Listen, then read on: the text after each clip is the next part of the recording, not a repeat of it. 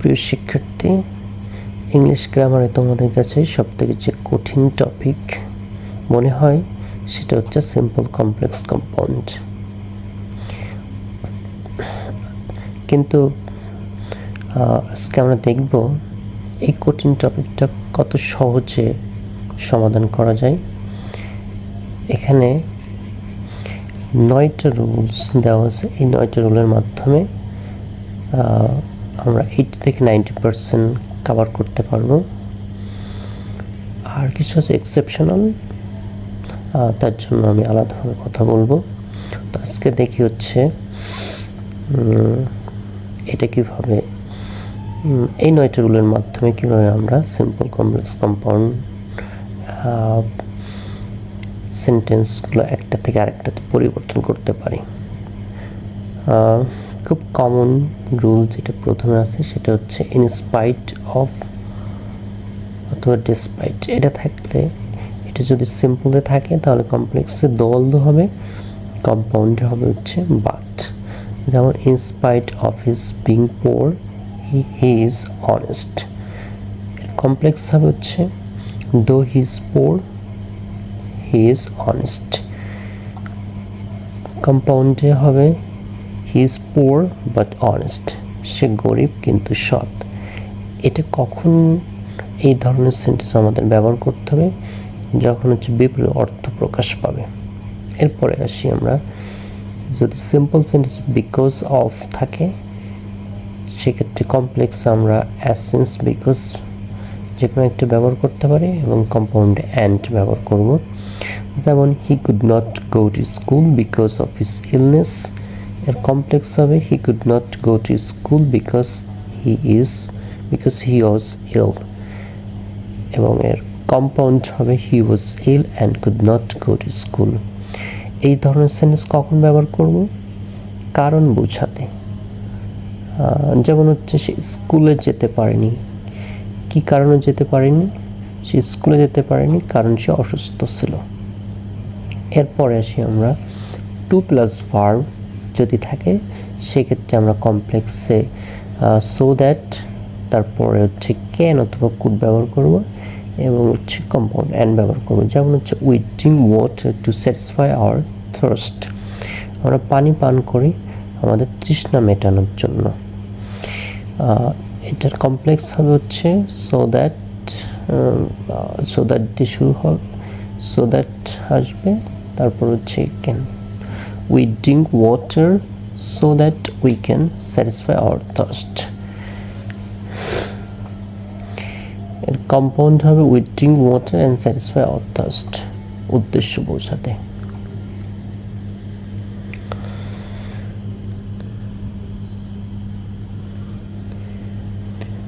সুপ্রিয় শিক্ষার্থী, তোমাদের কাছে ইংলিশ গ্রামারের সব থেকে কঠিন যে টপিকটা মনে হয় সেটা হচ্ছে সিম্পল কমপ্লেক্স কম্পাউন্ড। কিন্তু আসলে এটা যদি একটু বুঝে শুনে করা হয় তাহলে দেখা যায় এটা অনেক সহজ একটা টপিক। তো আজকে দেখব কত সহজে আমরা এর সমাধান করতে পারি। প্রথমে আসি হচ্ছে, যদি simple sentence in spite of অথবা ডিসপাইট থাকে কমপ্লেক্সে আমরা দো অলদো ব্যবহার করব এবং হচ্ছে কম্পাউন্ডে অ্যান্ড ব্যবহার করব। যেমন হচ্ছে in spite of his being poor he is honest. এটার কমপ্লেক্স হবে though he is poor he is honest. এর compound of he is poor but he is honest. এই ধরনের সেন্টেন্স কখন ব্যবহার করতে হবে? যদি কোনো বিপরীত অর্থ প্রকাশ পায় তখন। এরপরে বিকজ অফ, যদি সিম্পল সেন্টেন্স বিকজ অফ থাকে সেক্ষেত্রে আমরা কমপ্লেক্স সেন্টেন্সে অ্যাজ সিন্স অথবা বিকজ ব্যবহার করতে পারি এবং কম্পাউন্ড অ্যান্ড ব্যবহার করতে পারি। যেমন he could not go to school because of his illness. এটার কমপ্লেক্স হবে he could not go to school because he was ill. এর কম্পাউন্ড হবে he was ill and could not go to school.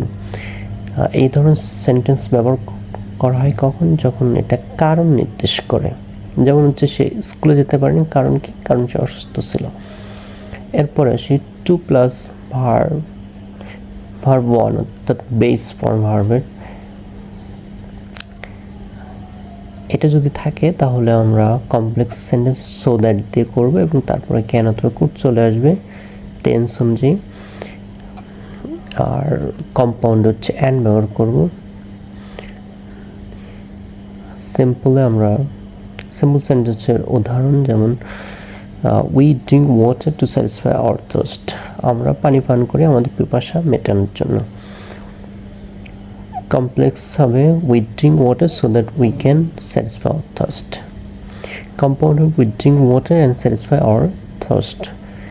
এটা উদ্দেশ্য বোঝাতে, এখানে উদ্দেশ্যটা হচ্ছে কি যে আমরা কেন পানি পান করি, পানি পান করার উদ্দেশ্যটা হচ্ছে কি আমাদের পিপাসা বা তৃষ্ণা মেটানো। এরপর আসি আমরা by plus verb plus ING যদি থাকে সেক্ষেত্রে আমরা কমপ্লেক্স সেন্টেন্সে ইফ আসবে, তারপরে টেন্স অনুযায়ী আমাদের ক্যান কুড অথবা উইল চলে আসবে। কম্পাউন্ডে আসবে অ্যান্ড। উদাহরণ হচ্ছে by reading books we can enrich our minds. এটার কমপ্লেক্স হয়ে if we read books we can enrich our minds. এটার কম্পাউন্ড হবে হচ্ছে we read books and enrich our minds. এই ধরনের সেন্টেন্স কখন ব্যবহার করতে হবে, যদি শর্ত বোঝায় সেক্ষেত্রে আমরা এই ধরনের সেন্টেন্স ব্যবহার করব। এরপরে আসি without plus verb plus ING. যদি সিম্পল সেন্টেন্স থাকে কমপ্লেক্সে আমাদের ইফ নট অথবা আনলেস থাকবে এবং হচ্ছে আমাদের কম্পাউন্ডে অর আসবে।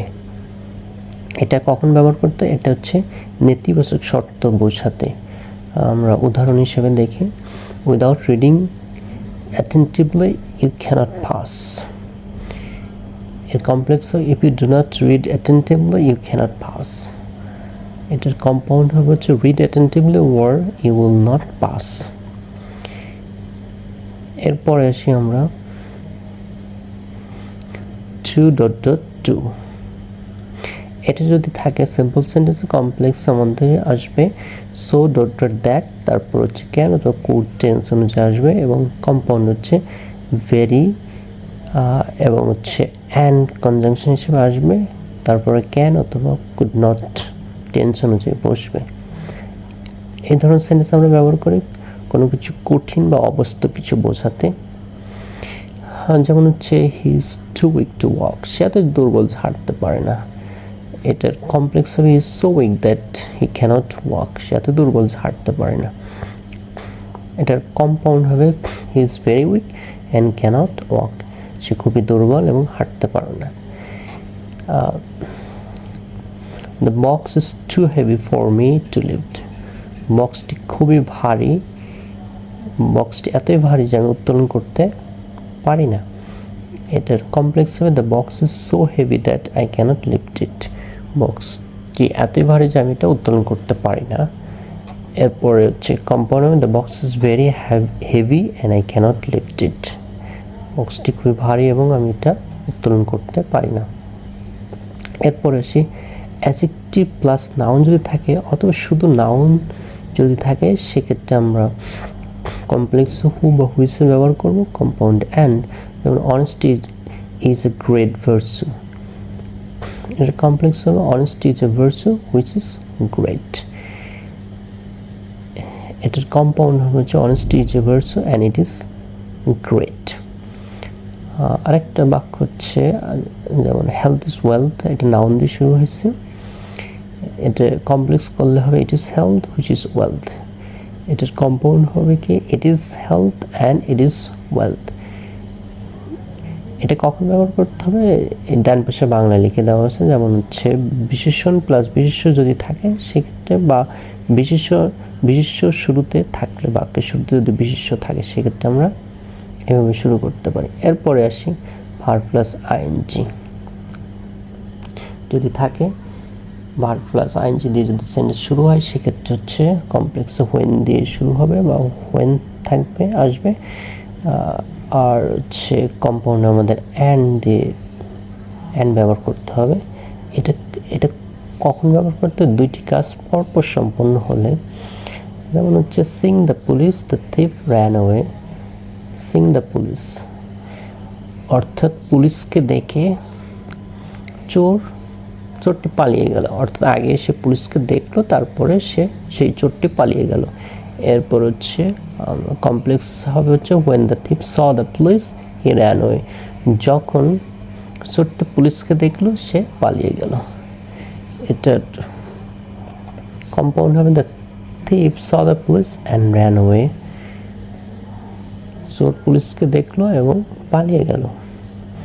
এরপরে আসি, যদি এরকম থাকে প্রিপোজিশন থাকে এরকম, যেমন হচ্ছে ইন, অন, অ্যাট, ডিউরিং, তারপর টাইম থাকে অথবা অ্যাট দ্য টাইম অফ অথবা অ্যাট দ্য এজ অফ থাকে, সেক্ষেত্রে আমরা কমপ্লেক্স শুরু করবো হচ্ছে হোয়েন, ইট ইজ বা ইট ওয়াজ দিয়ে, এবং কম্পাউন্ড হবে অ্যান্ড থাকবে। যেমন হচ্ছে I was there in winter, এটার complex of when it was winter I was there. এর compound it was winter and I was দেয়ার।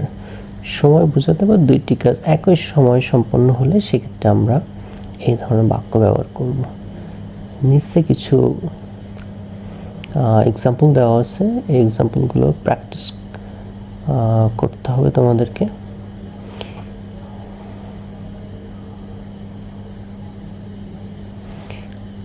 যেমন হচ্ছে by applying the law properly we can get rid of it। এটা complex করতে হবে, এটা Rajshahi board 2020 সালের একটা প্রশ্ন।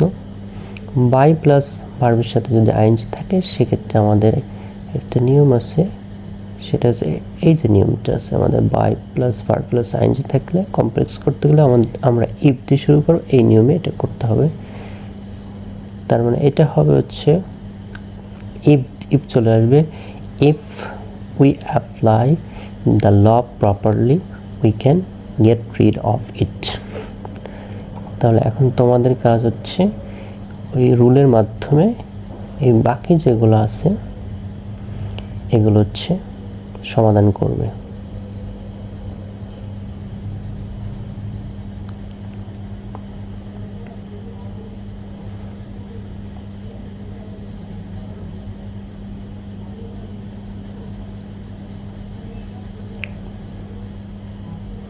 Thank you all. ভিডিওটি যদি ভালো লাগে তাহলে এটা শেয়ার করে দেবে।